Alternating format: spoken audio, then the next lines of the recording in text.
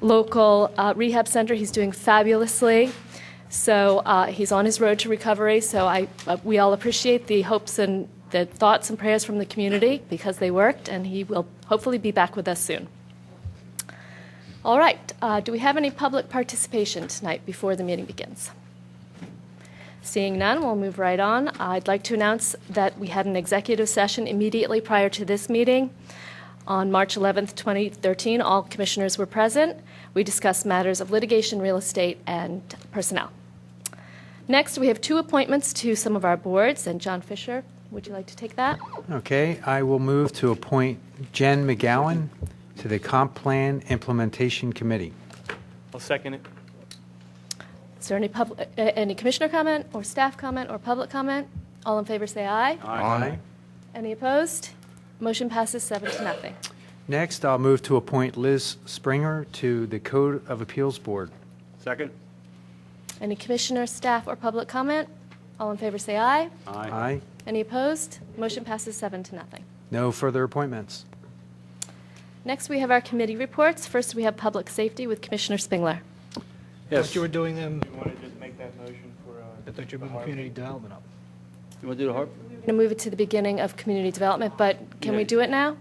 Sure. Yeah. Absolutely. All right, let's go ahead and do it now. All right. So I motion the approval of HARB 2013-3 for 230 East Peachtree Lane in Wayne. Second. Any commissioner comment? Any staff comment? Any public comment? Baron?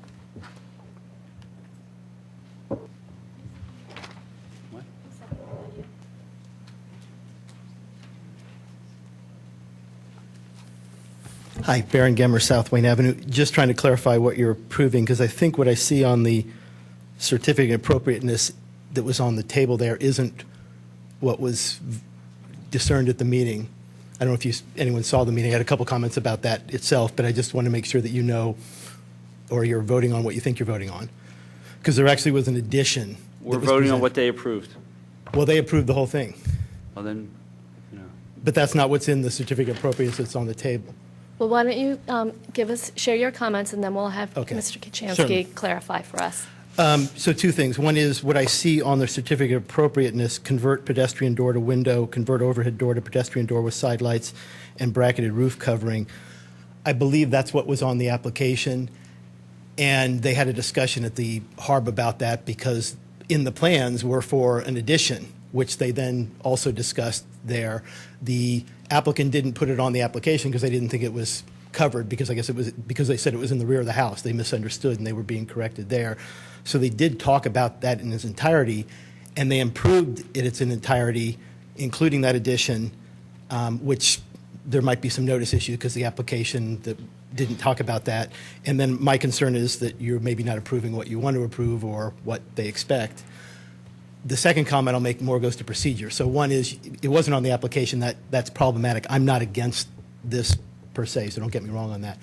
But then because there was confusion, the meeting was about 30 minutes long, and then toward the about 2/3 of the way through, because there was confusion about what they were going to do, they essentially held what, for all practical purposes, appears to be an executive session regarding this, which wouldn't be appropriate or per the Sunshine Act, because there was nothing that they shouldn't have been discussing in public about that. So I wanted to bring that to your attention also, because it's almost 2 years to the day when I wrote the long letter about the HARB and some of their misunderstandings of the process. And unfortunately, based upon last Wednesday's meeting, it doesn't appear that a lot of that's been fixed. So those 2 things I'd like to bring up. Thanks. Okay. Kevin, would you mind clarifying? Absolutely, thank you. From the application standpoint, everything that was discussed at the meeting was included in the application package. I think what Baron is referring to is there's a small section on the front of the application for HARB that talks about the description of proposed work. It was in that part where the applicant didn't detail every last improvement that was happening on the site, but was, from my understanding, specifically discussed on the HARB meeting with the addition on the back. HARB was aware of it, HARB approved it, and they did look at it. So HARB was aware of the addition. It was discussed during the meeting, and that is what HARB approved, and that is what is in front of you tonight. So I interpreted Baron's comments to indicate that this doesn't include what is the actual approval, but you're saying that everything that is to be approved is included in this document that is before us? Correct. And one of the conditions that HARB put on there is noted under the notes and or conditions of approval on the certificate that was emailed to you Thursday. The approved as submitted, including the addition to the rear of the home that was not detailed in the summary description on page 1, but included in the plan submitted. That was the recommendation coming from HARB to acknowledge that, yes, that they were aware of the addition. It wasn't spelled out word for word on the application, but was part of the detailed plans that were submitted with the application. So the certificate then that we're approving is the wording should be expanded a little bit, is what I'm hearing, to include an addition to the home at the roof of the roof of the house. I'm sorry, at the rear of the house. Yes, there's two parts to the application. The top part, which is in bold and all capital letters, is as we had it on the agenda, and then any conditions or additional notes that HARB recommends as part of their approval is what we put down at the bottom of the certificate. So to keep it consistent, we didn't want to change the application or how we had it on the agenda, but to acknowledge that HARB was aware of the addition and did spend time during their meeting discussing it. So it's my recommendation that the certificate of appropriateness is what you are approving, completes the project as a whole. I should note that this is in the North Wayne Historic District, but it is not a contributing property. It's a house that was built in the mid-50s, probably. It's a typical colonial, two-story colonial. This is a good addition, a good enhancement of the property. I'm glad it's before us. I believe HARB felt the same way. Well, two questions. I did review the emailed certificate. It wasn't that obvious. It still is. I'm looking at it now, and I don't see the mention of the addition to the rear. So I'm a little puzzled. And I don't have, it doesn't matter to me whether I receive that email. If the document is on the back of the table and it does in fact approve the addition, I just want to make sure that if we approve this, that they have a binding approval that allows them to do the addition. If it doesn't say it on here, maybe it needs to. And so that's one comment. The other comment is process at that meeting. I did not see the meeting. But, Kevin, were you present at the meeting? I was not present at the meeting. I Okay. ended up coming at the end of the meeting, but my staff was present at the meeting. Okay. So I guess maybe, John Rice, could you reach out to the chair of the HARB and make sure they understand under the Sunshine Act that I would imagine they actually at no point have a right to have an executive session. I can't imagine what the exception would be.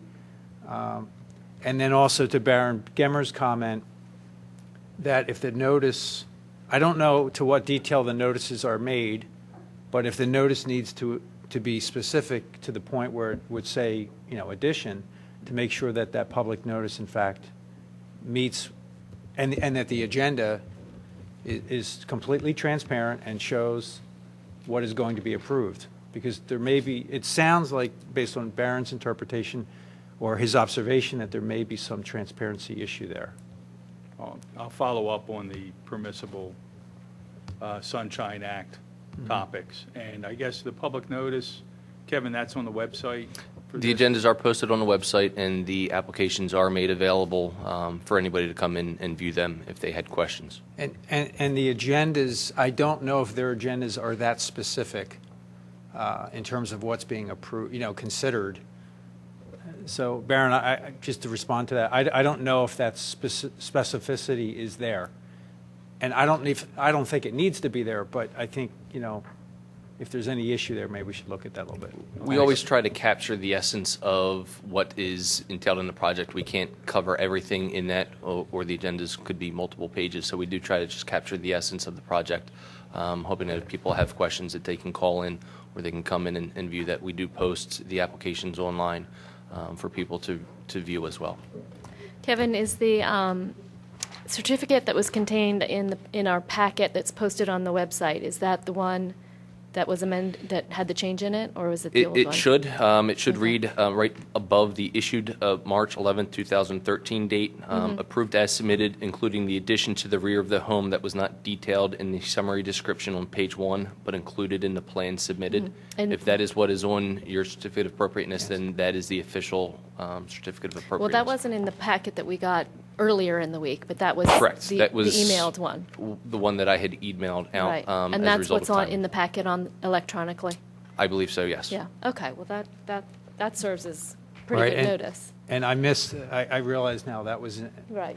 at the bottom of the certificate, not in the bold letters as the normal approvals. So That's anybody fine. who was interested in this would have gone on to our packet, would have called this up, and would have seen the correct version.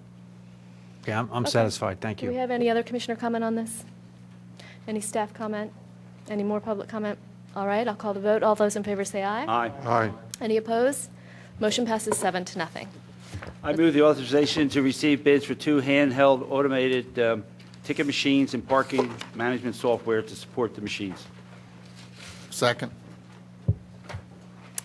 Do we have any commissioner comment on this? Lieutenant Flanagan, do you have anything to add to this or by way of explanation? No. Okay, any public comment about this? All those in favor say aye. Aye. Any opposed? Passes 7-0. Next, we'll move on to Personnel and Administration with Commissioner Fisher. I'll move to adopt Resolution 2013-30, authorizing the application to the Pennsylvania Department of Conservation and Natural Resources for grant funding for open space acquisition. Second? Any commissioner comments about this? Actually, I don't have any comments. I think, yeah, I'm not well-versed on this issue, but in essence, we're asking Natural Lands Trust to help us submit the necessary documentation to apply for grants for the purchase of open space. The only question, I just wanted to make sure on I noticed on the resolution page, there is a signatory line at the bottom, and it has, the signatory line reads Secretary, signature of the Secretary of the governing body. I just want to make sure there wasn't a mistake with that, because it does require the signatory of the, in this case, the president. So I don't know if we need to revise that form. or Well, do something that with form is directly from the DCNR E-grant. So I'm not sure how to address that. So technically, the Secretary of the Board of Commissioners is appointed by the Board of Commissioners and not the President of the Board of Commissioners. So I just want to make sure that we make sure we get the signature. And I Well, believe, I apologize, I forget who's the acting Secretary of the Board. It's Bob Zinkowski. Yeah. Bob is the appointed secretary. Yeah, so Bob, you will obviously need to sign that as well. I have one question about the appraisal. So do we know for sure that that appraisal that's item 3, is consistent with our guidance? Because I was told by somebody that it's unlikely that we'd be able to get the kind of appraisal that our guidance specifies for $3,200. Well, it is all of the things that are described in our open space policy, so self-contained, complete, the fellow himself has all the right qualifications. The price reflects the fact that the same appraiser has done already a complete appraisal. This is a redo to keep it current. Okay, so no one would object then to a requirement that the aspects of our policy, the appraisal, what our policy specifies for the appraisal is included in item 3. Do you want to delineate what those are? No, I don't want to delineate. I just want to say that that it has to be consistent. That would with- satisfy our Yes. policy. So I think that's I'm going to fine. make that motion and ask for a second then, that we modify item 3 to indicate that the appraisal would be consistent with the guidance that we passed just Okay. 2 or 3 weeks ago. Do we have a second? I'll second. All right, any commissioner comment about that amendment, or I guess it's a motion? Any staff comment about that motion? Any public comment? All right, all those in favor say aye. Aye. Any opposed? Don's motion passes 7-0. And now we have the underlying motion. The underlying motion, I just want to clarify, this DCNR grant that we are applying for through NLT is for $1 million. I don't think that's stated in there anywhere, but what we're seeking is $1 million from the state's DCNR program. Any other commissioner comments? Who on the staff will, if you look at the DCNR letter of endorsement, which doesn't, I don't think it has a date on it, but it's in our package. Who will be responsible for getting the letters of support from the county planning department? And they also mentioned the Darby Creek Watershed Association. I assume we also ought to mention or get a letter from the Radnor Conservancy. I don't know if the Delaware River Keepers would be relevant to this or not, but who will we rely on to get those letters? Commissioner, I believe that would be NLT that would handle that for us. No, actually, that in their contract with us, they request that the township get those letters. We'll have Melissa Condon in finance to handle that. She handles all our grants. I had one other question about the main motion. Just tell me why can't we do this? Why do we need to pay Natural Land Trust? What are they doing that for the $3,000 that we can't do as staff? Well, it's first of all, they're partners with us on this project and have been for 7 years, but 8 years probably by now. And I don't know if you've noticed, it's a pretty technical. Have you ever seen one of those e-grants from the DCNR? No, that's why I'm asking. It's very technical. There's a lot of mapping, and it's technical expertise that we don't have the manpower to do in-house, and they have it all on their systems. And they also have the communication and work relationship with DCNR, so that the application goes in the best light possible and comes that we request from the best pot of money out there possible. Don, yeah, I can give you a little example. When we did the Wayne Station historic registration in 1999, our little organization, we had a little corporation, a 501c3, we thought we knew how to submit an application for approval by the Pennsylvania Historical and Museum Commission. So we submitted it, and it was bounced back in our face within 2 weeks. Even though we spent hours and hours on it and added lots of historic information, it wasn't what they wanted. It wasn't in the right form. So we eventually had to hire somebody to do it for a professional. There's a whole industry out there that does grant work, support work for nonprofits with state agencies. So I think this is money that's well spent. Okay, any other commissioner comment or staff comment? Any public comment? All those in favor say aye. Aye. Aye. Any opposed? Motion passes 7-0. No further report. Next on to Finance and Audit with Commissioner Kevin Higgins. First item on the agenda is the disbursement and acceptance of and approval for items 2013-2A and 2013-2B, which were, Bill, these are the two that we skipped over the last meeting because they weren't publicized sufficiently in advance? Yes, sir. Okay, and the total amount is $1,476,480.42, and these are within the budgetary limits as approved by the Board of Commissioners. So I make a motion to approve. Second? Any commissioner comment? Yes, please note my line item recusal on the items involving office basics. Any staff comment or public comment? All those in favor say aye. Aye. Aye. Motion passes 7-0, noting Commissioner Curley's recusal. Okay, next item on the agenda is this same thing except for two different items. It's 2013-2C and 2013-3A. Grand total of $794,223.16. And again, these are within the budget limits as approved by the Board of Commissioners. So I make a motion to approve. Second? Any commissioner comment? Yes, please note my line item recusal on the items involving office basics. Any This is sta- probably more for Bob than Bill. Do we have a policy on replacement of computers? Because I noticed there were expenditures for new computers. Yes, we do have a policy for that, and I know it is reviewed. Bill, I don't know if you want to add anything to that. Is it a 3-year cycle, 5-year cycle? Yeah, generally it's 5 years. There's been a few years while the capital program was not funded Right. that we've extended the life of the computers a little bit longer. So what you'll see more often now is the replacement of the oldest computers getting going this year. So Okay. Commissioner, also, too, just to add to that, I just want to recognize Bob Hale, and I know Steve G. as well, that of what they've done to be able to really bring redo these computers without actually having to go out and buy and reuse certain parts in there. So they've really done a nice job with those. Okay, any other commissioner comment, staff comment, or public comment? All those in favor say aye. Aye. Any opposed?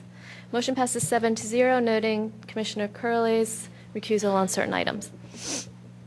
Okay, next item on the agenda is the introduction of ordinance 2012-17, amending Chapter 44 of the Administrative Code, the investment policy. Bill, you want to give a quick background? And then I have a couple of questions for you. Sure. Ordinance 2012-17 was originally introduced last November, and at that time, and it also included, it was accomplishing two tasks. First was amending the investment policy, and the second piece was establishing an post-employment benefit trust. There were a number of questions raised about the trust, not only from this board, but internally as well as the union groups. So what we've decided to do is, until we can get those addressed internally, we would peel that piece off and bring it to you separate. So what is in front of you tonight is simply introducing an ordinance that would amend Chapter 44 of the Administrative Code only for the investment policy. The investment policy, if you'll recall, as part of the audit management comments for the last few years, they had recommended that we periodically review and update the policy. It's good business practice to do. As part of that, last year what we did is we worked with one of the members of CARFAC as well as the financial advisor that we work with on the pension funds to review the policy. And I think as you go through and see, most of the items are cleanup in nature, either cleaning up language, updating it, or providing additional language to further safeguard the assets and make sure that the primary goal of the investment policy itself is safeguarding of assets, not to lose principal. So making sure that what we invest in is very safe, usually at the cost of return, but at the end of the day, making sure that when we make an investment that the principal comes back to us. So, My two questions. I know you and I had this side discussion, but if you could just take a look at that item 3, the prohibited investments, and then this whole piece about the hedge derivative and asset backed, and you know, before we pass it, just get back to me and get me comfortable that we're covered on the swap, because I think there's a gap, but I also understand your point that only those investments identified in subsection A are permissible. So, but I don't want it undone by the next sentence. So if you could check on that. And then the second piece is, I have a suspicion as to what they might mean, but they say later they add "and other equity" to real estate. But above that we say equities domestic, equities international. So if you've got the universe covered, other than extraterrestrial equities, I don't understand what that means. So if you could check on that. And then, depending upon the answer, you know, if you roll in real estate and other equity, then you're giving flexibility to 68.5%. If you don't count that as equity, then the percentages have gone down a little bit. And I'm not sure we want to take the percentage, the caps down. So again, I'd like you to come back to me before we pass this and help me understand that. I don't have an issue with widening the tolerances, but as you and I discussed in today's interest rate environment, I'm not sure that you want to reduce the ability to invest in quality, high dividend paying stocks, which would be the result of this outcome. So those are my 2 points, Bill. Thanks. I have a question about the OPEB. I understand that we've left OPEB out of this, the OPEB account. So but we do have that account right now, and there's money in it. So how is that being invested right now? Under what parameters? Well, or it's just sitting there? It's actually still in the general fund. It has been Okay. assigned by the board to cover OPEB obligations. So when we put together our 2012 audited financial statements, you will see a line item on our balance sheet that says fund balance assigned for OPEB. You'll see that number there. But it's still in the general fund, and it's still being invested as a governmental fund, which, Okay. going back to my Right, comments earlier, right. means that it's being invested in government agencies, securities, CDs. Okay. So, but you do envision a time when we will transfer those assets out of the general fund and into a separate fund, OPEB account? Yes, I still think that's the best route to go in, to invest those funds in a similar manner as the pension assets. Right. To try to maximize some return. And at that point, we would adopt similar language for the pension asset allocation. Yes. Okay. And this is just kind of related, but not directly. When this year will we be making the 2012 deposit into that? We I expect. guess it's, you're marking it. Sure. We expect the audited financial statements to be completed sometime at the end of April, and then officially have the board accept those statements in May. So at that time, we will have the final fund balances for 2012 as audited. So we'll have the audited numbers that will be distributed at that time, or be assigned. To the extent, so again, going back to the point about the fact that the OPEB fund has not been established yet, Right. we can't physically move that money out of the general fund, but the cash that is in the general fund will be assigned to that obligation. Then at some future date when the fund is actually created, the transfer will occur, and those dollars will be moved out of the general fund into OPEB. But for the pension and the capital set-asides, those dollars will be moved out of the general fund and into those special funds because they already exist.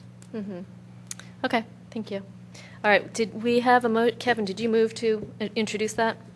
And did someone second it? All right, any other discussion from the commissioners or staff? Any public comment? All those in favor say aye. Aye. Any opposed? Motion passes 7-0 to introduce.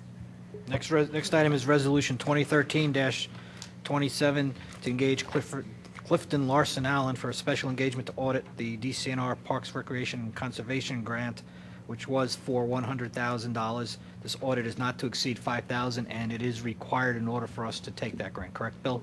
That is correct, So I'll yes. make a motion to approve. Second? Oh, sorry. Go ahead, John Bill. second. No, John second. All right, John Nagel seconded. Any commissioner comment on this? Not Please. so much about this particular resolution, but I remember, for example, when we wrote the energy efficiency grant for the cottage, we didn't have a line item for audit expense. So in effect, this $100,000 grant really is a $95,000 grant. Right. I mean, have we done the reconciliation yet? Do we have the money to do this? For this particular grant, yes. Okay.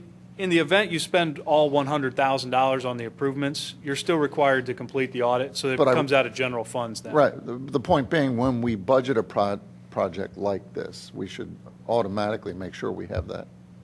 Yes, sir, I would. So I would be. the memo I would agree I with know that we haven't wholeheartedly. always in the past. The memo indicates that it's been allocated as a professional fee within the grant proceeds, so I assumed that meant that it was covered as part of the $100,000. Is that not accurate? In this particular case, it is being paid for out of the grant funds, but that's only because it was allocated out of that. The township could have spent $100,000 on the improvements. Any further comment? Any public comment? All those in favor say aye. Aye. Aye. Any opposed? Motion passes 7-0. Next item on the agenda is Resolution 2013-28, authorizing an expenditure of $3,500 for improvements, or special improvements as they're characterized here, to the IntegraTax Act 511 tax system.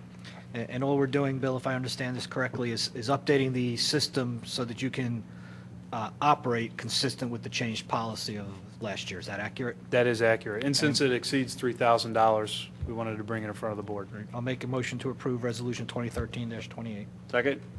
So, Bill, tell me, in your memo, the development charges for this work will be is quoted not to exceed. So where does this money come from? Is this a budgeted amount of money, or? Yeah, out of the finance department contractual services budget. Very well. Any other comment? Any public comment? All those in favor say aye. Aye. Any opposed? Motion passes 7-0. Next, we're on to Public Works and Engineering with Commissioner Jim Higgins. Thank you. The first item is Resolution 2013-10, which is an authorization to renew a contract with the Charles H. Higgins Incorporated Company. And this is to cover the testing and maintenance on all of our traffic signals in the township. And Steve, I think you wrote this memorandum for us. As I understand it, we have an existing contract with the Charles Higgins Company. It's for 3 years, but it's structured such that we can examine progress or examine the quality of work each year, and then we have the right to get out of the contract or renew it. And what we're doing now is we've made an evaluation to continue, and you're asking us to renew the contract for another year. That's correct, Commissioner. So I will move the passage of Resolution 2013-10. Second. Any further commissioner comment? Yes, Steve, does this cover the street lights too, or is that a separate contract? That's a separate contract, Commissioner Nagel. This is, the majority of this contract is for, when I wrote the contract, it basically took PennDOT Publication 191, Maintenance and Operation of Traffic Signals, made it a line item bid. This is what they have to do to every traffic signal. The other big component is the conflict monitor testing, which we do not have the ability to do, is part of that. So then we get a report on each intersection, top to bottom, and in-house repairs we make it when we can, and when we can't, we use Higgins. Higgins was also instrumental. Last year at the corner of North Wayne and Lancaster Avenue, a car ran over the controller box. They were out that day with a temporary box. Ethan and Conestoga Road, a unknown actor knocked down that traffic signal. Again, they came right out and got us back up and running. Yeah, the reason I asked is, I wasn't real happy with some of the responsiveness on some street lighting issues. And that's the whole reason I've kept it separate until now. I think they perform well on here, and I think that's something we need to address before we continue on the next contract. All right, thank you. Any further comment from staff? Public comment? All those in favor say aye. Aye. Any opposed? The motion passes 7-0. The next item is Resolution 2013-12, which is an authorization for an engineering company, Gannett Fleming Incorporated, which is our township engineer, I should say, to prepare design and bidding documents for the installation and raising of sanitary sewer manholes at various locations in the township. And as I read your memorandum, Steve, we have 6 manholes buried in the township that need to be excavated. We need engineering to excavate them, raise them so our people can get access to the underlying infrastructure, the piping. And then we have a number of unknown manholes that need to be created in locations where we have piping, where the grade has changed, and we'll need access in those locations. And this would be engineering to allow us to go ahead and construct those manholes. Correct, and provide bidding documents, but well put, Commissioner. Okay. I can read your memorandum very well, thank you. I will move the passage of 2013-12 resolution. Second. Do we have any other commissioner comment on this? Anything else from staff, Steve? Any public comment? All those in favor say aye. Aye. Aye. Any opposed? Motion passes 7-0. The next item is a motion for authorization to receive bids for grass seed and fertilizer for, I suppose it's for all of our township properties. Was there, I don't see a resolution with this. Was there to be a resolution? No, this is the motion. This is a proposed motion to allow us to receive bids. When we receive bids, I would come back to this board with another memorandum and propose legislation to award the bid. Okay. And the bidding will be on the Pennsylvania Commonwealth e-bidding system? It's at Penn, the e-bid system. Penn Bid is actually a privately owned bidding system, but Radnor Township has been using it for years, as well as many other townships. Okay. Well, I then move the authorization of our Director of Public Works and his department to receive bids for grass seed and fertilizer for township properties. Second. Do we have any other comment about this? Steve, the fertilizer we're talking about, is that consistent with our program we've been using for years for natural fertilizers? That's correct, Commissioner Nagel. This is what the brand and type of fertilizer, if you will, that we've been using probably for the last 6 years. In the spec, it's a granular organic bridge product from animal protein, vegetable matter, poultry manure, minerals, corn gluten, and urea. Thank you. Sounds delicious. The grass loves it. It's good with Pinot. Any other comment from commissioners or staff? Any public comment? All those in favor say aye. Aye. Any opposed? The motion passes 7-0.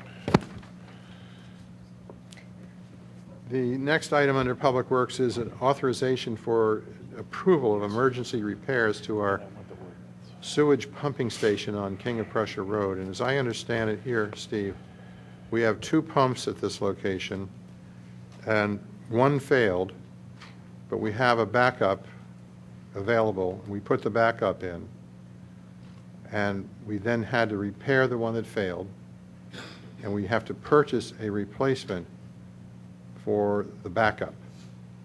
Is that right? Pretty much so it's a duplex station, so there's 2 pumps. One pump failed. We put our spare pump in, and we sent the other one out to be replaced, to be repaired. So that whole pump has to be repaired. Along with that, we did order an additional volute and impeller. These are very, very long lead items, 6 months. So when this is all back, we still don't have any of this back.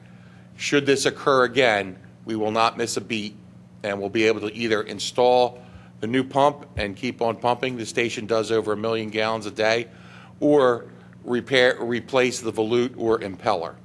So this will get us. This will put us where we need to be for future operations. Well, you didn't miss a beat when this happened, did you? Didn't you bring your replacement in right away? That is correct. But am I correct, you're going to end up with 2 spares? No, we would have one, and we would have one complete unit, so that would be a pump and motor, and then we will also have an additional volute and impeller. The volute is what houses the impeller, which spins the fluid, and those can be used separate from that one big unit. So that's what we have for the one replacement side. This will now make us whole for the other. Okay. If that makes any sense. Yes, I think so.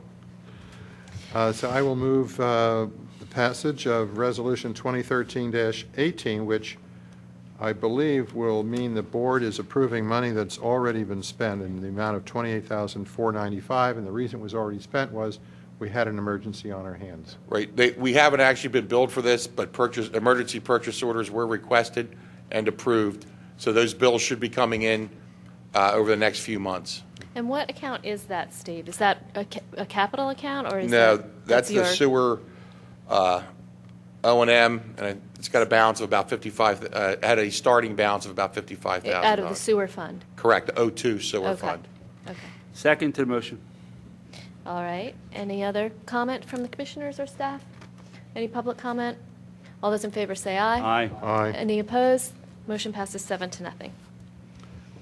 The last item on Public Works and Engineering is Resolution number 2013-29, which is to renew our gasoline, diesel fuel, and gate tracking and reporting system under a maintenance service contract with TRAK Engineering Incorporated. We use these people to track all our fuel usage throughout all of our departments' vehicles, our fleet, and it looks like we also track the electronic gate system usage. Do you want to explain any of that, Steve? Commissioner, you explained it well. So whenever somebody gets gasoline or diesel fuel, they put a key in a reader, and that key tells the system that Steve Norsini is filling up truck 105 with X gallons of fuel. That goes for police, fire, administration. So we were able to track all that, and that's also part of our DEP reporting. We also have an electronic gate at Public Works. Again, with the use of that key, we know who and when enters that gate at any time. Unfortunately, it's a great system, but the software is proprietary to TRAK Engineering. So in essence, we really don't have much of a choice to keep the upgrades, and the annual maintenance is to stay with TRAK. And because the expenditure is over $3,000, that's why I'm requesting board approval for that. It sounds like this is a good system to prevent pilfering, private conversion of our fuels by people that don't have the right to have it. And that's correct, and it's also great to see in snowstorms, I mean, to track what happens in special events. When we did our, the FEMA grant to try to get our money back, we could tell exactly how much fuel we used during that period of time, from police to administrative vehicles to public works. So that's just one small facet where it really comes in handy, but it is a great tracking mechanism as well as to see if we have leaks. If all of a sudden, you know, it tracks the volume, we can see that also. Thank you. I will then move passage of Resolution 2013-29. Second? Is there any other commissioner comment or staff comment? Any public comment? All those in favor say aye. Aye. Any opposed? Motion passes 7-0. And we move on to community development with Commissioner Curley.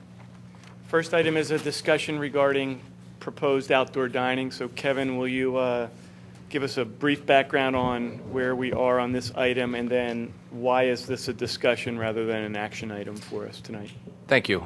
This ordinance, as you are aware, has been in the works for about a year now to allow outdoor dining in all areas of the township that currently have restaurant uses. So this would then expand this to those districts that currently do not permit outdoor dining, as well as provide a set of uniform regulations across the board so that all establishments that are coming in are operating under the same set of regulations. Those establishments that currently have outdoor dining under the current regulations or that were grandfathered in would be considered grandfathered under the old regulations and could remain to operate as such. The reason this is in front of you for discussion tonight is that there were some, the last time you sent this to the Planning Commission, some changes and recommendations coming from Planning Commission. Those items were previously discussed, maybe not in all one meeting, but over a course of several meetings. But Planning Commission felt strongly enough when you sent this back down that they would comment on those items as well. So this is in front of you tonight for consideration of Planning Commission recommendations as a discussion. If you choose not to accept those at all, we can introduce this at your next meeting. If you choose to accept some or all of those recommendations, we would start the process over again, send it back down to Planning Commission, send it to the county, and we'd be looking at a later date for an introduction. Okay, so, and Kevin, then would you just tell us, summarize the changes and the substantive difference that Planning Commission was looking for? The first one seems self-evident, but the other two are less self-evident. Sure. Now, I would like to suggest that we take these one by one.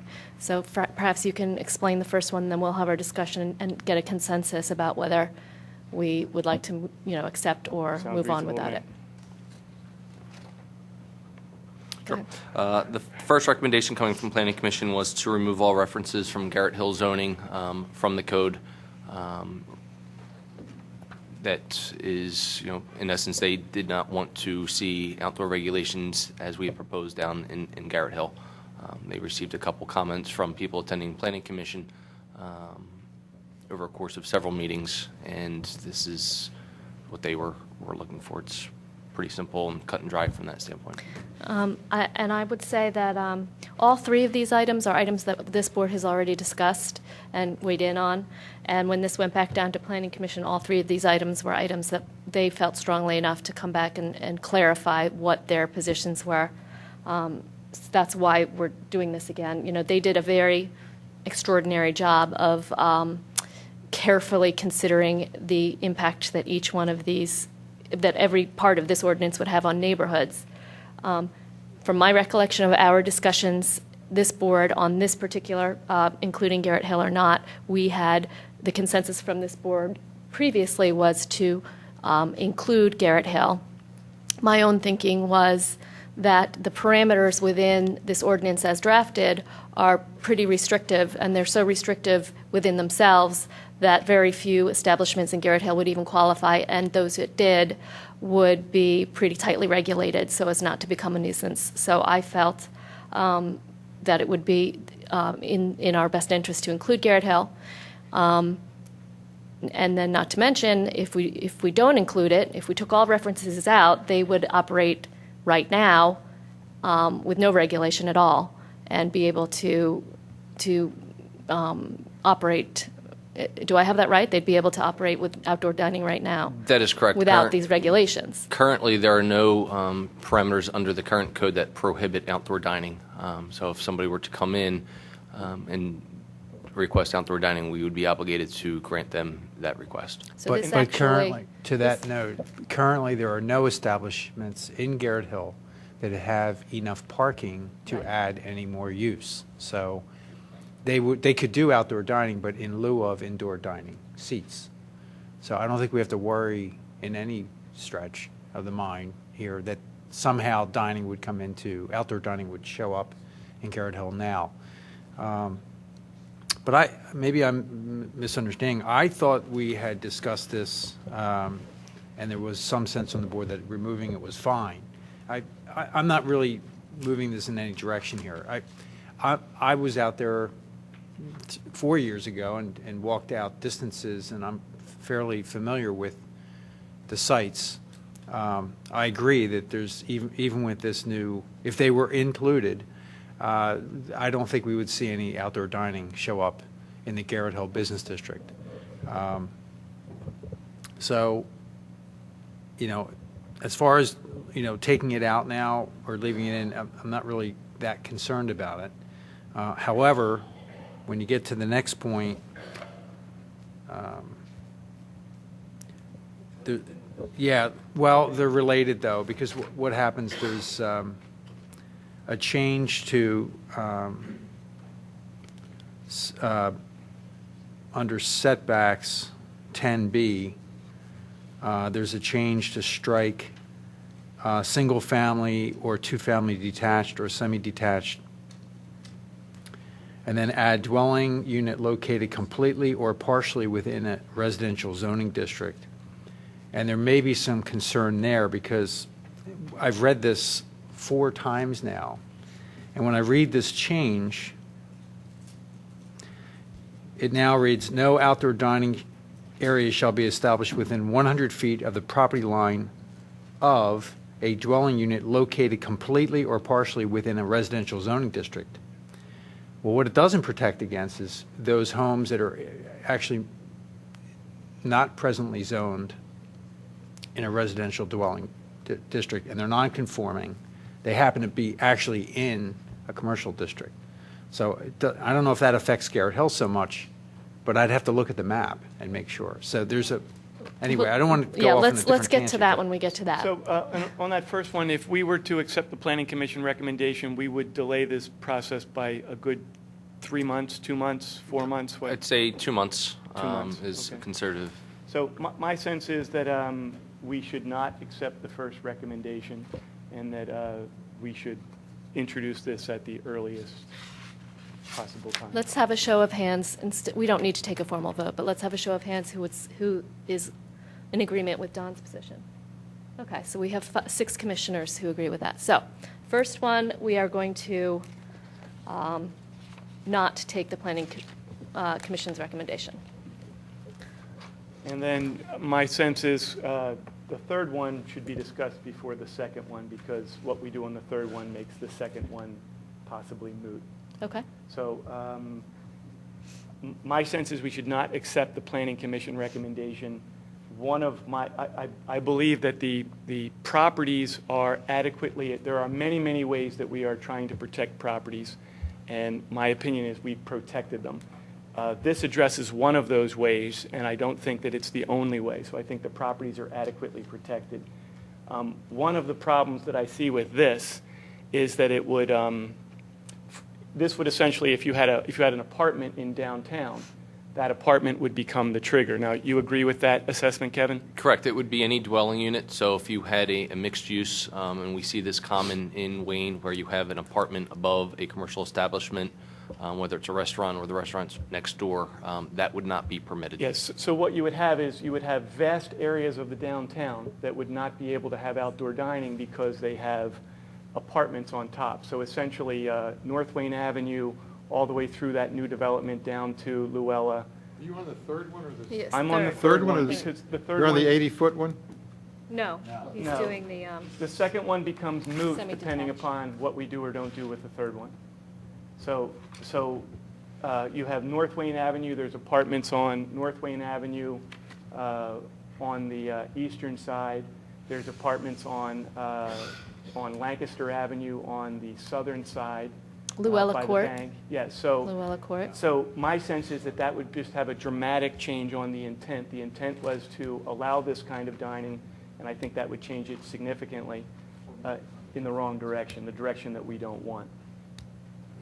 I agree with Don. I think, yeah, let's take a show of hands.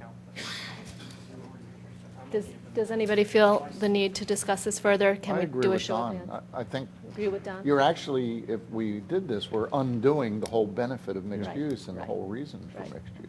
All right, let's have a show of hands who would support Don's position. So we have seven. Okay, and then now explain to you, why would that make the second one moot? Well, if we wanted this kind of protection, then the second one becomes more valuable. But essentially now the purpose of the second one is to, my rationale has always been that this is a good idea if we do it correctly. And part of doing it correctly was to push it to the parts of the site that are already noisy. And so the thought was that the street is already noisy, and so that the street itself is not like properties across the street don't come into consideration because the street is already noisy. So I don't think we need this protection of 10E. Others would disagree, but well, number 2 is what it's written in the memo that Kevin gave us. Because in my opinion, that we're trying to move this to the street. People who live in these apartments on the street, they are, they recognize that these are commercial areas, and I don't think they want the protection. It's not that we're not willing to give them the protection, it's that we're trying to allow this activity to move to the front of the building where it's more desirable. Well, and I agree with you, Don. Slightly different reasoning. I mean, I appreciate that the Planning Commission was working hard to protect the residences, and I think their view was that some of our streets are skinny and they're not a great buffer. However, again, in my view, the other protections that we have that are quite restrictive in this, setting forth the parameters about this permitted use are protection enough. And there's not going to be outdoor dining after 10. It's going to be, the noise is regulated, the appearance is regulated, the size, volume is regulated. So I don't see that the, skinnier street being lesser of a buffer as too intrusive on those neighbors, just on those separate issues. Let's get a vote. Anybody else want to make a comment before we raise our hands? All right, all in favor of Don's position? Okay, 7-0. So that wraps it up that we are not going to accept any of the 3 recommendations at this point, and that we will have this introduced at the 18th meeting. Correct. It will be on your agenda for introduction at next Monday's meeting. Okay. You want to? The next item is Well, Hold on, excuse me, Don. I want to make sure that we know the process from here on for a restaurant that today will benefit from this ordinance.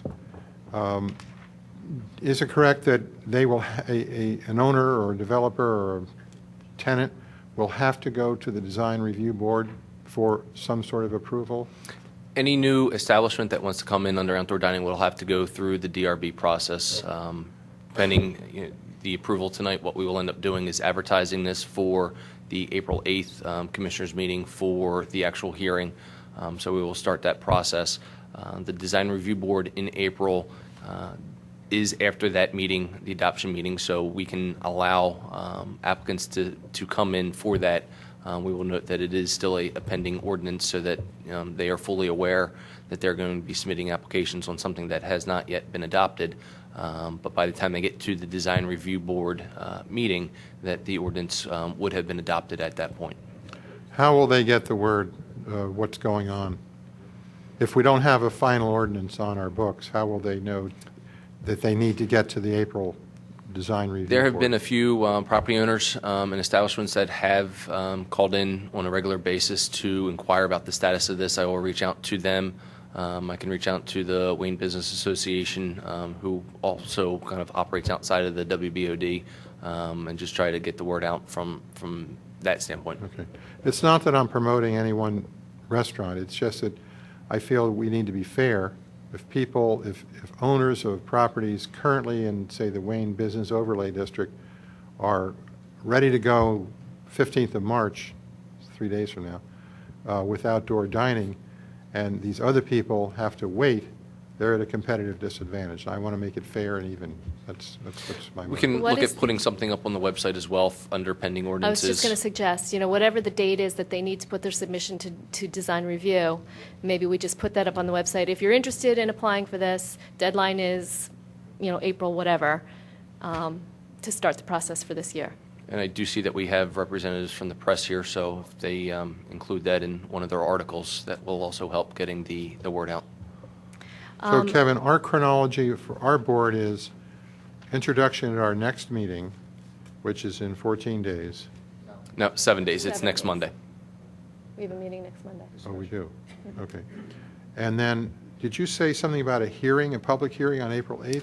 Yes, we would then advertise it for the public hearing on April 8th, which And is your adopt first it. April meeting. Correct. And adopt it, right. Okay, all right. Okay, I see we have some members of the public that would like to say something, so come on up.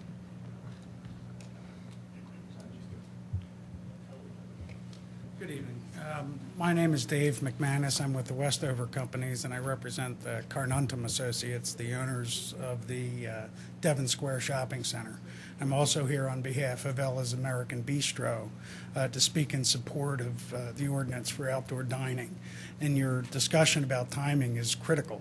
The whole benefit of outdoor dining is taking advantage of the slow summer season, which in this particular area, a lot of people go away, and the restaurant business is a real challenge, not to mention the economic times. So I just want to express our support and respect the fact that you've taken it into consideration, how important the timing is. Okay, so you get your application into Design Review Board in April, It and will be in.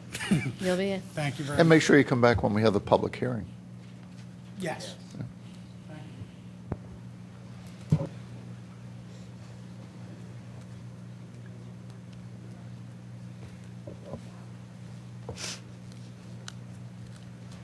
Hello. Hi, Baron Gemmer, South Wayne Avenue. I'll be brief because we've gone over these. I have, I believe, 3 very quick points to go over. First, thank you for having a discussion. As Commissioner Schaefer mentioned, the Planning Commission was well aware of how you treated this before, and they did feel strongly enough to vote 8-0 to bring this back to you. So it certainly warranted the discussion regardless. And one of the reasons, too, that they thought some of these things would need to be strengthened, we've talked about Garrett Hill as kind of in limbo unless something's done because I don't have it. Actually, unlike C1, actually, which has an explicit prohibition against outdoor serving and dining, so even more the reason for folks that particularly have like R5 properties next to there, whether residences or apartments, to protect them because they obviously had some expectation of not having activities outside based upon the current zoning like that. Two other quick items. Your interpretation of 3, which was Section 10B, which would take away the single-family and two-family dwelling portion. I believe the interpretation of that is incorrect because we've talked about this, I think actually it came up with John, because if you read what they would say, it would be dwelling unit located completely or partially within a residentially zoned district. That leaves the mixed use alone. The mixed use doesn't enter into that because those apartments on top are not in a residentially zoned district. In the example I heard, they would be in the WBOD. So it would be more ones that would be in the R5, R6s, or whatever might be around this. So if you're using that as your logic to shoot that one down, that is not correct. Mixed use, where it's in a commercial district, an apartment on top, does not affect where they can put that. And that was an important protection. The last thing I'd like to bring up, not for discussion here, but just I had actually briefly asked John Rice if we might be able to look into it, just so we could verify how the change in hours, I'm not as worried about the months, but the change in hours would affect the agreement we have with White Dog Cafe, Lucky Dog, who's really the owner, but White Dog and Lucky Dog, so that we could be clear on that before that gets passed. So perhaps a discussion for a future meeting. Thank you.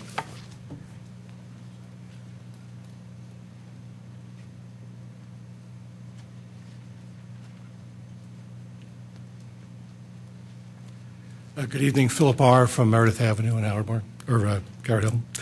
Thanks for the discussion tonight. I'd just like to make a couple points, get a clarification if I could, because I'm vice chair of the Garrett Hill Implementation Committee and was vice chair of the steering committee that produced the Garrett Hill zoning amendments or zoning ordinances.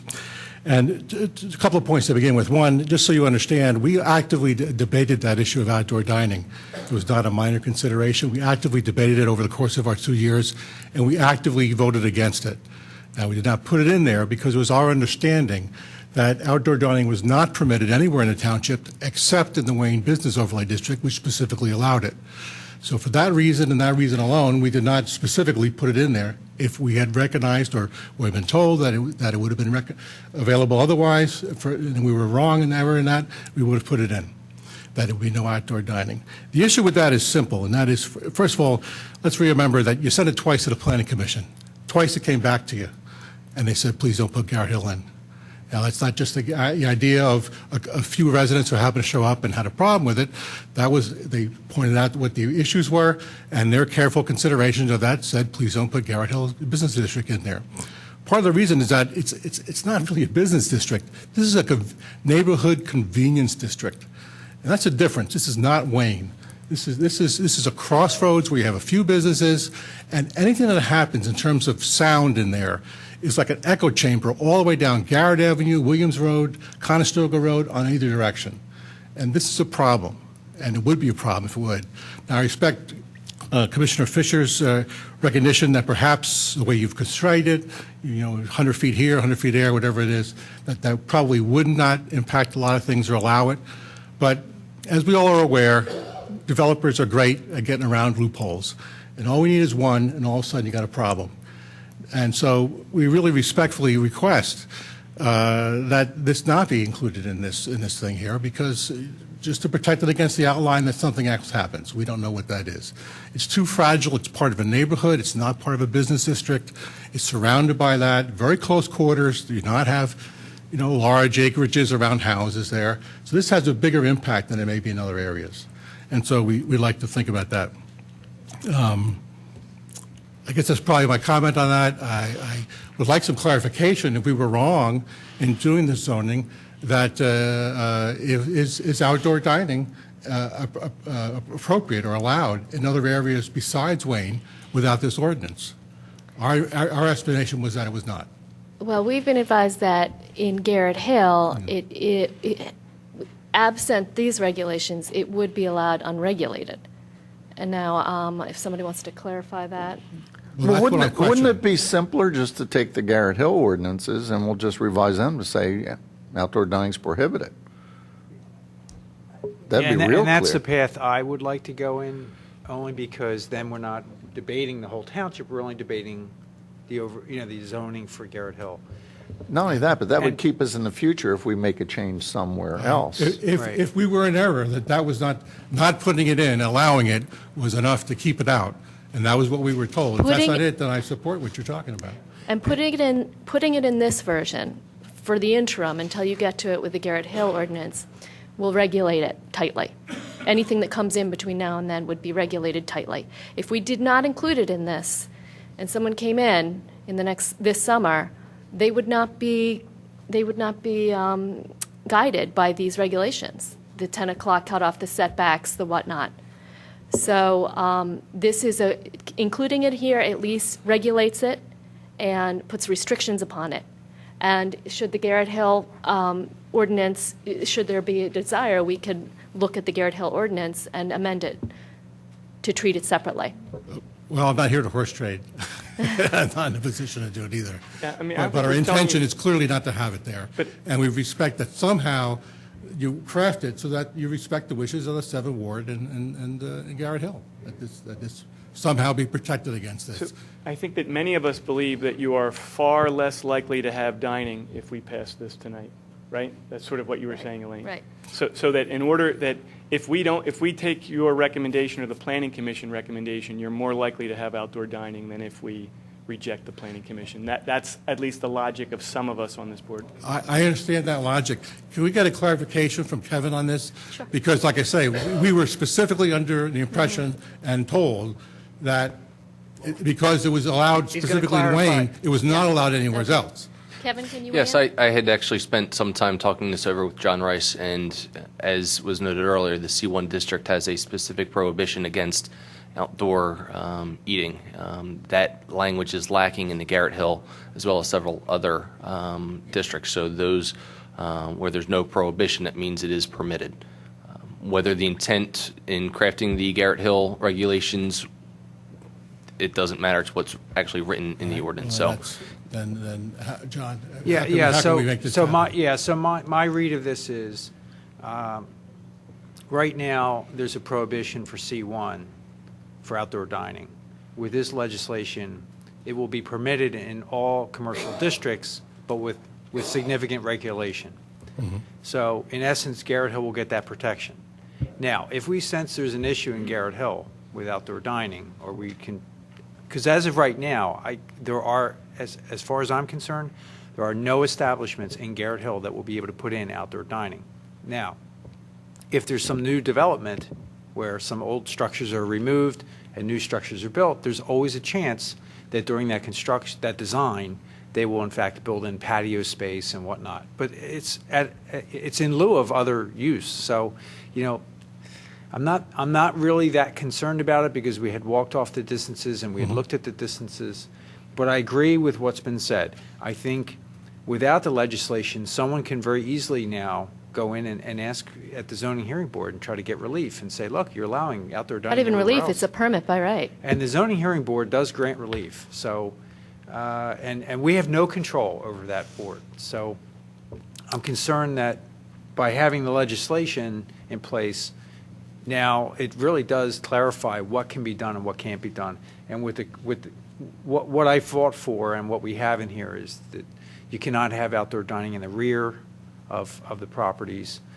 You cannot have, there's a lot of restrictions on setbacks and buffers and whatnot that we didn't have before. You've made it residential friendly, I'll grant you that. We've Yes. done the best we can. Yeah, right. If anything, I have reservations for what will happen in Wayne, because out there, there's the interface between the business district and the residential district is much larger.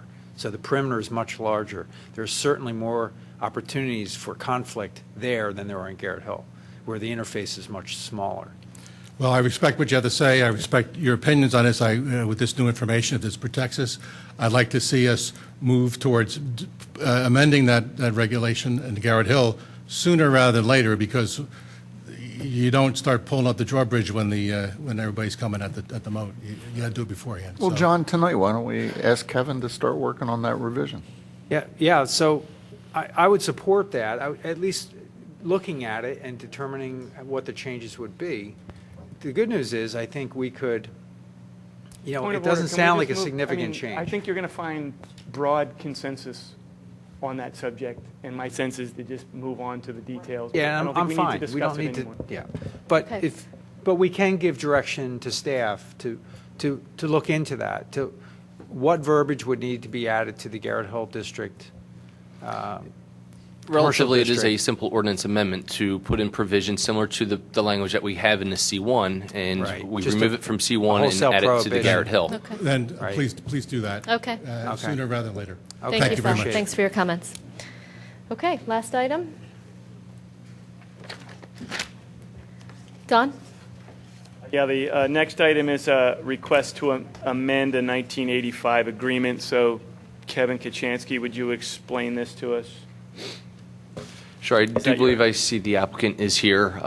The 175 King of Prussia Road currently is under a stipulated agreement to permit 166 seats inside with an additional 20 outside, and that amendment or that stipulated agreement goes back to 1985. I believe the applicant has indicated that they can physically put more seats outside and inside and would like permission to do so, provided they are compliant with the code, and that's what they are. Since it involves a stipulated settlement agreement, any changes to that would require your approval. Can I ask Nick a couple of questions on your letter? Because maybe I'm not understanding it. Sure. No, Nick here, representing Radnor. Is there a typo?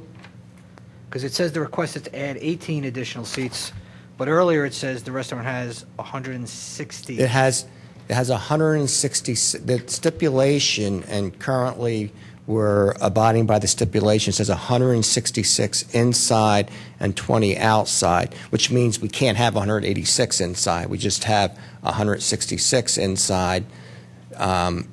For example, during the winter, obviously, then you're just limited to 166. How many seats are there now, including 166? 166 inside, 20 out. You can have 20 outside. Okay.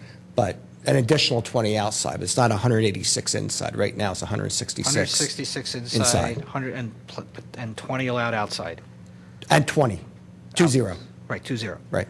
And so you're asking basically to keep the 20 outside and go from 186 to 190, 184, right? Well, actually, we're asking to go to a total, inside or outside, with still the maximum outside being 20 of, I think it's 204. So what we'll be asking for is, if we don't have any outdoor seating, 204 inside. If we had 20 outside, then would be limited to 184 inside. It was confusing to me. It says he requested 86 for indoors, and it says only 166, but what you're basically doing is blending the indoor and the outdoor. Correct. Okay. Correct. Now, my question isn't to be antagonistic or difficult, but you negotiated a settled agreement. So why should we agree to this? I mean, No, it was 1985. but you Things negotiated, that's what you changed. signed. Yeah, we have a caterer in who's present, who's actually has signed a 15-year-old lease on the property. And we have plenty of parking spaces. And I think you're all familiar with this site. I know you weren't, Kevin, and I think everyone else. It's the Radnor Racket site, which you can't really, I don't know if we're cameras. I don't see it as controversial, but that's the deal you struck. So you're asking us to... We're asking you to make for a modification. unilateral concession to you.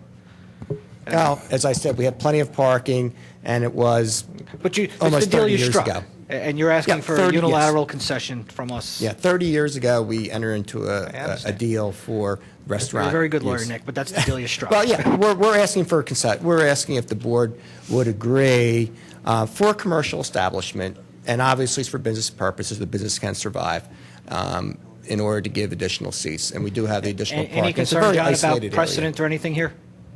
No, I mean, the stipulation's a contract between the landowner, it's settled a zoning hearing board appeal.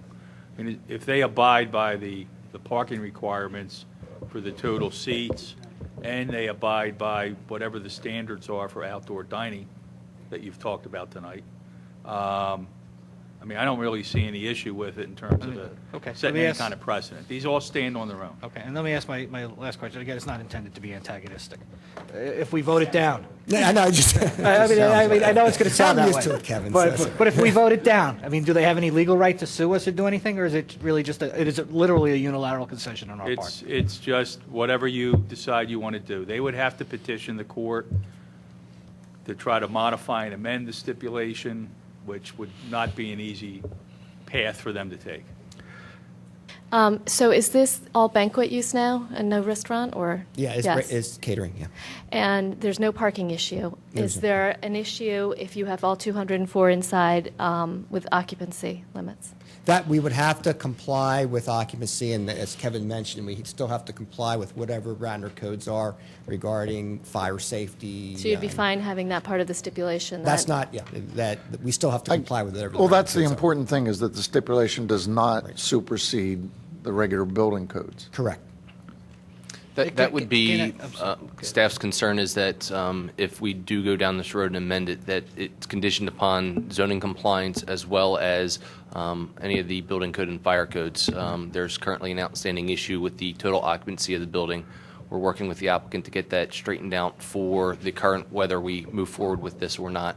And so those provisions would stand, whatever is the most restrictive of the zoning from a parking standpoint or the occupancy load from a fire code standpoint would be the more restrictive occupancy given to the building. Right.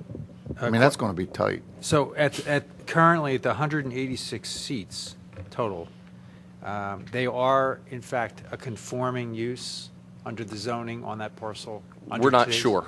Okay, so that's still a big question. When you say conforming use, Well, yeah. Remember, we had a stipulation. Well, I would say conforming under today's code, not the code at the time, but today's code. So for occupancy limits, access, ADA, you name it, because technically, if you try to tease out the two, you're basically saying that when that was approved back in 1985, there was a set of zoning requirements at that time, and now we're going to modify the stipulation, but we need to be subject to the current zoning requirements, and in my opinion. Remember, it's not zoning, it's...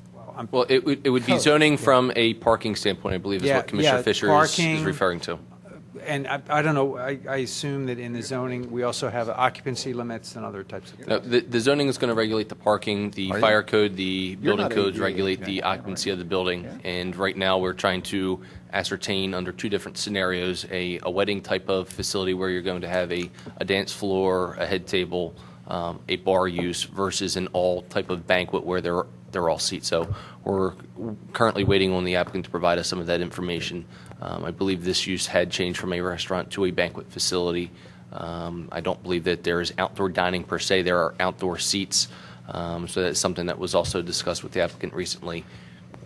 Okay, so if this board were to agree to the change in stipulation, the applicant would also have to get a new CO, because I think that's what we're saying here. I think we're saying that their existing certificate of occupancy is based on the past use and whether it's conforming or non-conforming or whatever. No, I mean, I think we may be mixing apples and oranges a little bit here. Well, we're not. We have an obligation John, when to you keep it talk safe. about zoning, zoning was determined by the stipulation. It's basically a stipulation said the use is permitted, and that's where we stand. Now, I think what Kevin's referring to is building code, and we agree we have to comply with whatever the current building code provides as far as fire lanes inside the building, fire safety, number of tables, number of occupants you can have in the building. We understand we have to comply with that and satisfy the township in regards to those requirements. Actually, Nick, I'm referring to both. I agree. The parking requirements as would be required by zoning. Commissioner Fisher expressed that if they're going to entertain this, that it be subject to the current parking requirements for that use.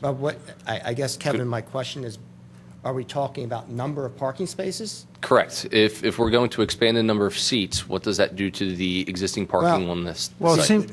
It seems like the applicant has addressed that, and you're claiming that there is adequate parking. There is under the zoning? Under the code, there was a stipulation reached under this code stating that, for example, the tennis club was granted, I believe, by variance, and the copies established there. It stated at that time that you needed 52 parking spaces for the tennis club. The code, I believe, says 1 space per 150 square feet of indoor recreation, which means you would probably need 200 parking spaces for the tennis courts they have there, all right, which is, you don't need 200 parking spaces, but that is what the code states. But the variance stated for the tennis club, you need 52 parking spaces. Now, granted, we know for the seats for the restaurant or the catering facility, we have to comply with current code. So you have 52, and then we have to add on whatever number of seats and employees we have regarding the restaurant style use.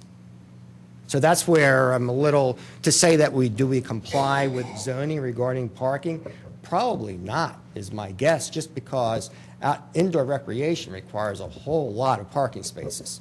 So the way I'm hearing it is that, Kevin, you're advocating that whatever relief they got 30 years ago should no longer apply, and Nick is advocating that whatever relief they got 30 years ago should apply. Is that and I would advocate that Can we hear, though, is that an accurate assessment? No, I think if Nick is indicating, and it's been a while since I read the stipulated agreement, but that there were a certain number of parking spaces allocated to the restaurant use, and unfortunately the code doesn't break down restaurant versus banquet facility. It says to the racket club use it was. So then the remaining parking spaces then could be in theory dedicated to the restaurant use, and then we would work off of the current code of 1 space for every 3 seats plus 1 for every 2 employees to determine the total maximum number of seats that could be placed on that site. So that's where I'm referring to the zoning code for, where we look at the old, what was allocated towards the restaurant use, and then assign the number of seats based off of that.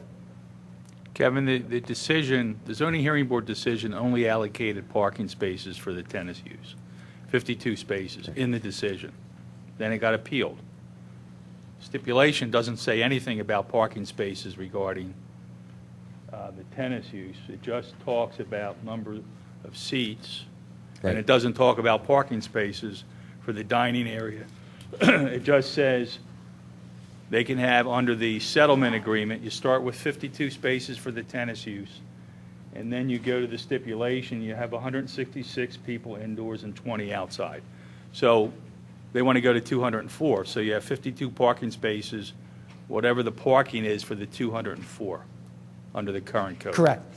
That ought to be the calculation. Yeah. And then compliance with, the building code, compliance with, Nick, you're going to comply with the outdoor dining regulations if it's going to actually be outdoor dining? Looking at the ordinance, though, it says in PLO it's only permitted as accessory to cafeteria use. So I don't know if, that was one of the things that actually Lloyd and I were talking about. And I don't know what I know, for example, the Willows are going to have a caterer in there, and I'm sure he's going to have a tent, and he's going to have some functions that are going to be outside. I don't know if we're going to have another ordinance. Nick, but do you have sufficient 52 plus sufficient Yes. parking spaces per current parking requirements, current code for 204 seats? Yes. Okay.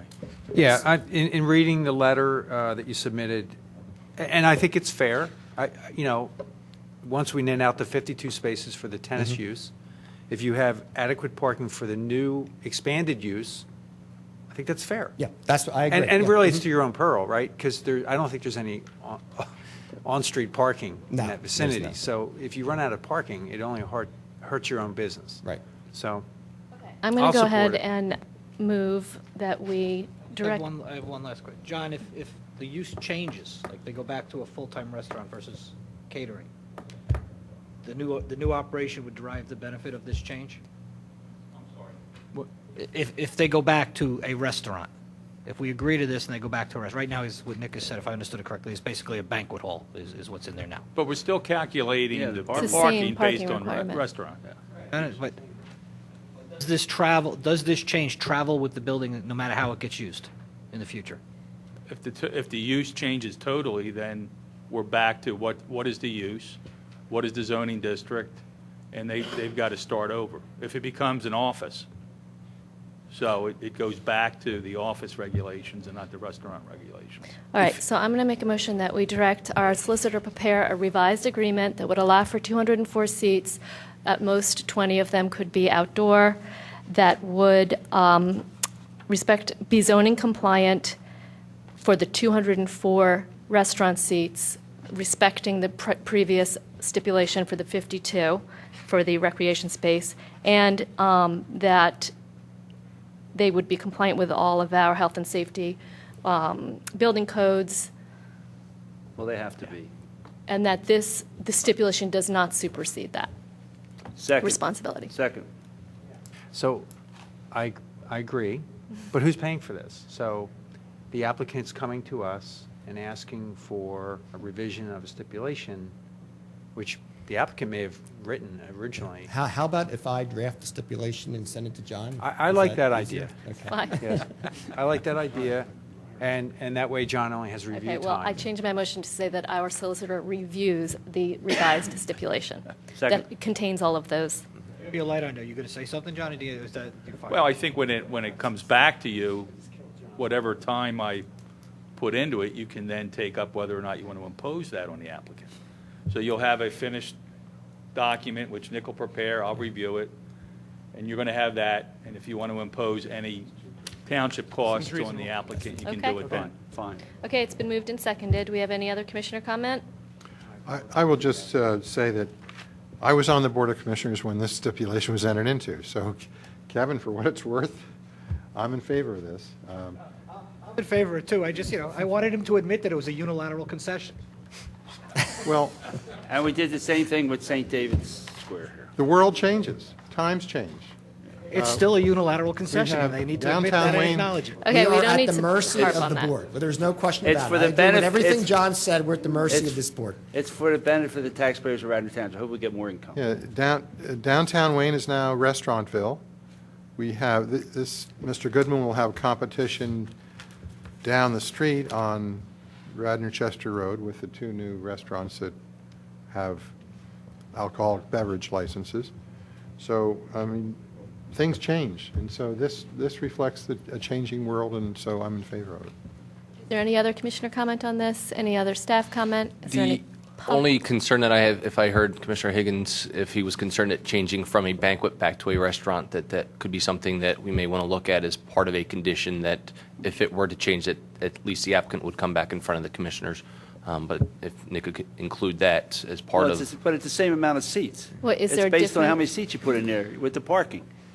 From a zoning standpoint, correct. Yeah. But from a use standpoint, if you have an operation that is currently operating on maybe 1 or 2 nights a week and then on weekends versus every day, could be different. That's No. Kevin, do we have different parking standards for banquet halls versus restaurants? we do not regulate those So separately. in my opinion, Yeah, we it's don't built, need that. it's baked in. Thank you, though, for your comment and Okay, concern. any public comments on this? All right, I'll call the vote. All those in favor say aye. Aye. Aye. Any opposed? Passes 7-0. Thank you. All right. Next, Parks and Recreation. Do we have anything, Commissioner Nagel? There's no report, but I do want to bring to everybody's attention that the Parks and Rec Board meeting Thursday night is at the Wayne Senior Center. Thank you. And Library, Commissioner Jim Higgins. Anything? Nothing to report tonight. Public Health, Commissioner, who is Public Health now? Nagel, Commissioner Nagel. no report. Okay. All right, any old business? Madam President, as we were discussing the topic earlier for the HARP certificate, I took the opportunity to review the website real quick. The revised certificate of appropriateness was not posted on the website in the packet, but it was provided on the table. So I Okay. misspoke. I thought that was updated, but when I checked it, it was not. So All I right. wanted to Thank bring you. that up. Thank you for clarifying. I have, Procedural problem for us? John? Okay. I have some old business. We have an ongoing issue, at least in my ward. I'm sure all of us have this issue with just a very few, small number of properties that are blighted, and issues where the property owners have either been evicted out of their homes by the bank, or for whatever reason they're not maintaining their homes. There's one on Buckingham that Kevin's been working on it's been going on for about 2.5 to 3 years now. We thought we had it resolved. Kevin, I'm just going to ask you to just maybe follow up on that and let me know what we can do. But the reason I'm bringing it up is what the neighbors have to deal with is basically uncut grass and dirt, trash, and just debris at these properties. And I want to make sure that we move as a board in a direction to address this. We've talked to John Rice and I have discussed this. Some process that allows this township to somehow take over the maintenance of those properties and then lien those properties to cover the cost of that maintenance. I have had 3 properties over the last 2 years with this condition. The neighbors many times will cut the grass, but that's putting the burden on the neighbors. And then at many cases, the grass gets too tall to cut, and now we have a situation where, we have a really, really unkept house in a nice neighborhood. What I'm going to ask staff to look at is a formal process that we move forward with, not just for the houses in my ward, but for township-wide, that we have a process in place and where we can set a timeline of execution and deal with these. Because right now, we're learning how to deal with it. We probably didn't have this issue up until the recession on any magnitude, but now I'm starting to see, I have a new property that's been added to the list in my ward that I wasn't aware of. So I'm hoping, and Kevin, if you want to respond to any of this, but Kevin, you've been doing a great job with the tool set that you have, that you inherited, But the question is, what do you need from us in terms of legislation? Or, so maybe think about that, come back to us and say, I need, some process or legislation to do this. But in essence, I'm asking that the board also take ownership of this and say, we're going to have a policy around this to support your activity. So I don't know if you want to comment on that, John Rice. One of the issues that I've found, because actually the township has cut a couple lawns in my ward, and we do have some other streets where we have issues, is that there is a lack of clarity of understanding, not just by me, but by our residents, of the process. So they quickly become very frustrated that things aren't happening faster. So as part of telling us what we need to do to be more responsive, I think it's very important to spell out what the limitations are for the township. I mean, generally the process, and I've been through this in a couple different municipalities, and the township's done that on a couple properties in Radnor. You've gone out, we've given notice to the property owner. In one case, I can remember it was a bank. We gave notice, we're going to go clean it up. We then did that, and then we liened the property. If we give notice ahead of time, if that's all we're going to do, I mean, there's properties that are beyond just cutting the grass, and you may have to do more. You've got to make a decision, how much money do you want to put out and spend on a property that maybe needs to be boarded up, maybe you have to put locks on it, maybe you have to secure the wind. It depends how far you want to go. But I think with the property maintenance code, that's the legislation that's in effect now that we've used. We've cited to that, we give them notice, short window for them to fix it, and then if they don't fix it, we go do it, and we lien the property. But you're putting money out to a contractor or somebody that you will get back maybe when the property changes hands. So one property actually changed hands soon after we liened the property and we got paid. But I think that's the exception to the rule on a lot of these properties. And I could also add that sometimes it's not a question of the process, it's more what our ordinances demand. And I've had a few of residents in my ward say that they moved here from, I think, Havertown or Darby, and that the ordinances in those towns was so much more restrictive in terms of what you could keep on your property, what kind of trucks you could park in your driveway, et cetera. It might behoove us to look at some of those townships and see if there is better language that could help us control it better. According to these neighbors, they said that, the stuff that in Radnor is allowed would never be tolerated in Upper Darby. And in Upper Darby, they have much better ordinances to control it. So I think it might be worth taking a look. Some of our neighbors. We can definitely do that, and first I want to thank the board for giving us the tools to look after this. I think in years past has been a different story than what we started to see the second half of last year. I think my staff has done a great job of working within the limits that they had from a short staff standpoint.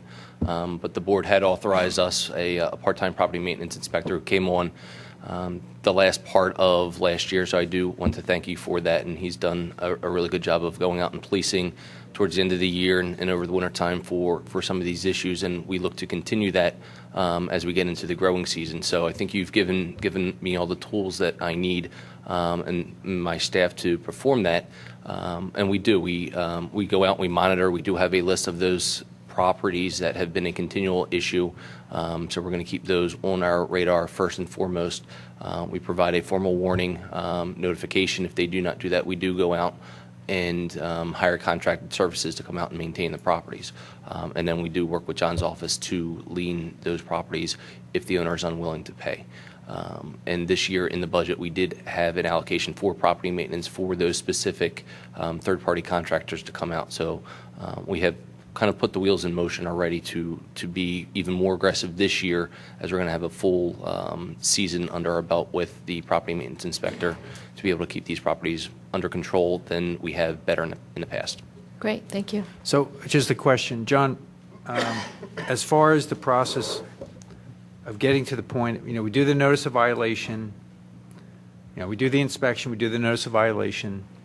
If we don't get compliance, then at what point are you contacted And how soon can we actually lien that property?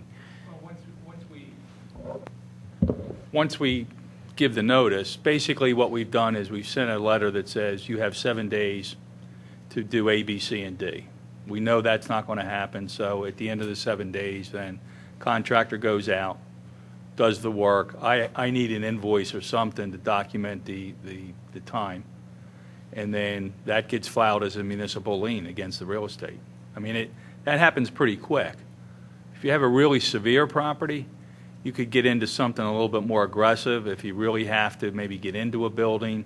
But at that point, you need a court order to do something like that. I've done that a couple occasions where properties actually had to be cleaned out. So assuming the lien is, properly recorded, then when that house eventually settles, or even if it's a sheriff's sale, we would get first paid in line. once it's well, us and the other governments that have their, Right. If there's tax liens or things like that, we would get paid then. We could force it to a sheriff's sale ourselves if there was enough money involved. It's probably not worthwhile if it's a couple $100. But John, something's not, maybe I'm not understanding what you're saying. I thought that there was this whole process we had to go through with registered mail and 2 notices that really drugged this out. It wasn't 7 days. Well, the couple that I've done in the township, we've sent letters and given them a drop dead date. Maybe it's 7, maybe it was more than that. But it was basically, it wasn't I don't know, Kevin, have you sent ordinance violations or just letters? No, depending on the severity of the issue, we can either send a formal warning, a courtesy notice. We always try to reach out to the property owner without having to go through that. And when we know, especially if we have a history on the property, that we just bypass all of that. Several of these we've been doing for several years. We send the violation notice. We give a week to 10 days. When they do not comply, then we make arrangements with the third-party contractor to come out and cut it. And then we revisit it every couple weeks and just then have the contractor go back out. It's on their schedule to continue to cut, and then the invoices are processed appropriately. John, there might be a distinction in some of them. The letters, the 7-day letters, go to properties typically that have absentee owners. Right. There's nobody living there. There's nobody coming to check. There's nobody picking up mail. If it's somebody that's actually maybe living there or coming, then we may do an ordinance violation. And that just ups the ante a little bit, but it still lets us do the same thing. But these other ones, I know the bank in Texas that we sent a letter to that we did. Bank never responded. We did it, and they sold the property. Yeah, we cut that And 3 or 4 times. And we were paid. So that's the easiest way to do it. Yeah, that one we needed a sickle bar for the first time. But if you have somebody local, then we're going to probably do more formal ordinance violations. So we get their attention. We know who they are. We know that they live maybe not in the township or somewhere else, but they're not absentee landlords. Okay, Usually so the first step is a door hanger where I'll have my property maintenance go out and put a door hanger on there, advising them to call regarding a concern. So that's generally how we start the process. For those that we have a history on, we already are starting that process of eyeing those up, and it's not quite warm enough for the grass to start growing yet, but we know that where we're going to be heading first as we start seeing the grass grow. So is there any update on the Buckingham Drive house that we've had issues with? That one, we keep hearing different things, that it was under agreement from a neighbor down the street, and then there was a bank issue with the sale of that going through. So today I can't give you an update, but I will look into that and get back to you this week. So, yeah, and that property was not being kept well in the fall, and the neighbors are already complaining now that are near the property that it looks bad. So I'll ask that maybe that gets addressed, and maybe a notice of if it is in violation, if you determine it's in violation, that notice go to the bank or whoever is responsible, and that if that isn't addressed, that the Let's first go spring ahead cut is and wrap done. this up, and maybe you all can Yeah. work this out offline Okay. so that we can I wrap it appreciate up. it. Madam Well, I President, can't just- direct Kevin to do anything outside the meeting, so I'm asking Kevin Okay. to do that. Okay. Just We can do that, but also, too, we're going to want to discuss the issue is, because I think grass cutting is one issue we're dealing with, but you have a lot of issues, and I know in a number of the commissioners' boards, you have gutters, you have garage doors, you have doors, windows, and that roofs. Is how far is the township going to go and invest in these homes? And just like John had said, we're almost getting into buying the property then, because you've got a lot of these violations. The grass is easy, but when you've got garage doors that are in bad shape, doors, windows, roofs, chimneys, those types of things, now you're talking major expenses that the township would be putting into and trying to lean that. So I think that's something that we'll bring to the board for a policy decision. You're going to have to make, where do we go to? That's great. All right, do we have any other old business? I just want to confirm that for our next meeting, Bob, we will have a discussion about geese in the parks in Radnor. Yes, we will have that information available for you. Is that for? We would like to, if we could, put that on for the first meeting in April, because I know we've got a pretty heavy agenda coming up for the next Monday's meeting. If that would be okay, or if you'd prefer us to have something prepared for the 18th, we can do that. April is good. Okay. And the other item is that I'm not going to read this tonight, but I was prepared to address the question of a feline leash law tonight, but Madam Chairman reminds me that we're not going to discuss an ordinance from the Board of Health on different subjects regarding animals in the township. So I will wait until our next meeting, when that matter comes before the board, to talk about cats. Not next meeting in April. Is that in April? Mm-hmm. Okay. Okay. Any other old business? I just want to say one thing. This is our last meeting with Kevin Kachansky before he goes off to his reserve duty in Texas. He's with the Air Force Reservists, so he'll be gone for 8 weeks. Good luck to you. Thank you for your service. Thank you. And watch all of our meetings online. Absolutely. Keep yourself entertained. Okay, motion to adjourn? Do we have public Sorry, public participation. I move we adjourn. Madam President, one thing before we do, and real brief, next Monday, the 18th, the 4 firms proposing on the Willows adaptive reuse will be making a presentation to the Board of Commissioners. So that is next Monday. We'll go ahead and get that onto the website and that as well, that they will be making the presentations to the board. Great. We're looking forward to it. Next All right. Monday, I'll be in Williamsburg.